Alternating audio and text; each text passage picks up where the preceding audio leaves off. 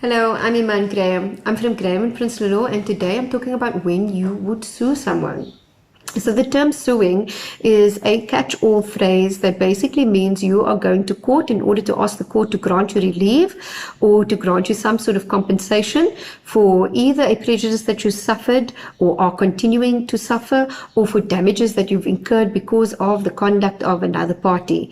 Suing is not generally a term that we as attorneys use, or legal practitioners rather use, but it is used by the general public, so it's good to understand what it means when we say we are going to sue somebody. In South Africa, we generally refer to we are going to institute action against a particular party, or we're going to bring an application for relief. An application for relief could be something like seeking an interdict to get a particular party to stop behaving in a certain way that's causing you some sort of prejudice or loss. So how do you know if you are ready to take your case to court? You have to consider the facts of your case properly. You have to consider whether or not you are suffering actual prejudice, or you have suffered actual loss, or that you will continue to suffer prejudice or loss in the future.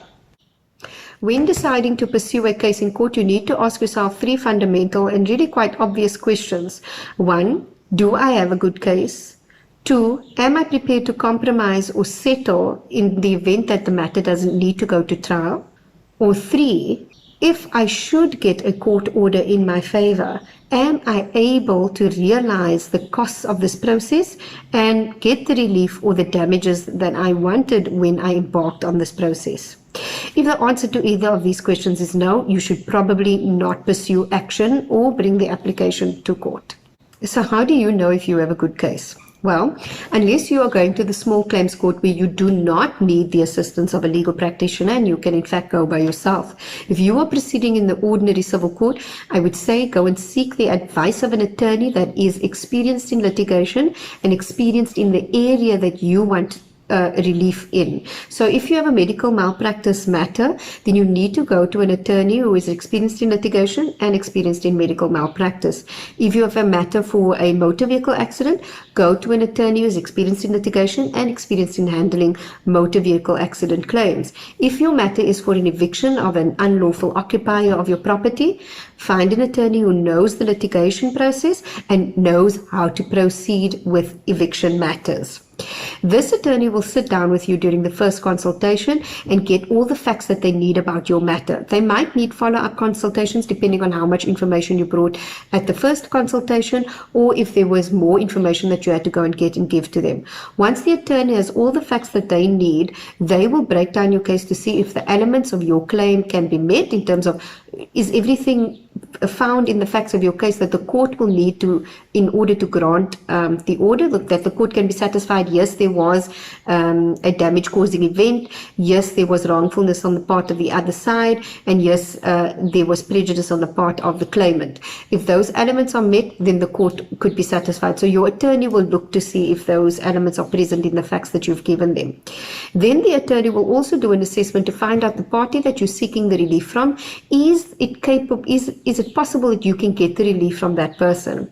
So for example, if you are seeking damages from somebody who has no assets, who has no money and would never be able to pay you, the attorney would really have a discussion with you about whether or not it's wise to embark on the case. Because what would be the point of seeking relief for damages that you've incurred from somebody that would never be able to satisfy your judgment? Would you have to go to court in order to proceed with your case and sue the other side? In most instances, after you've consulted with your attorney would write a letter and demand damages from the other side. In that letter, they would set out the facts of the case as you've relayed to them and set out why the other person is obligated to compensate you for the damages that you've suffered. In the instance of an eviction, they would write to the other side and demand that they vacate the premises within a specified amount of days, and they would set out in the letter why the person is an unlawful occupier. If the other side, and this very rarely happens, but sometimes it does happen, if the other side writes back or contacts the attorney or contacts you to say, I've received your demand, I do agree that I've behaved wrongfully, I want to settle the matter, can we enter into discussions rather than you taking legal action against me? The attorney will then process that discussion on your behalf. In most instances, they would try to get a settlement agreement together wherein the other side admits to their wrongdoing and agrees to compensate you or to leave the premises premises. In many instances, the attorneys, if they deem it appropriate, would still have that agreement made an order of court in order to make sure that your claim can be processed in future if the other side defaults on the agreement.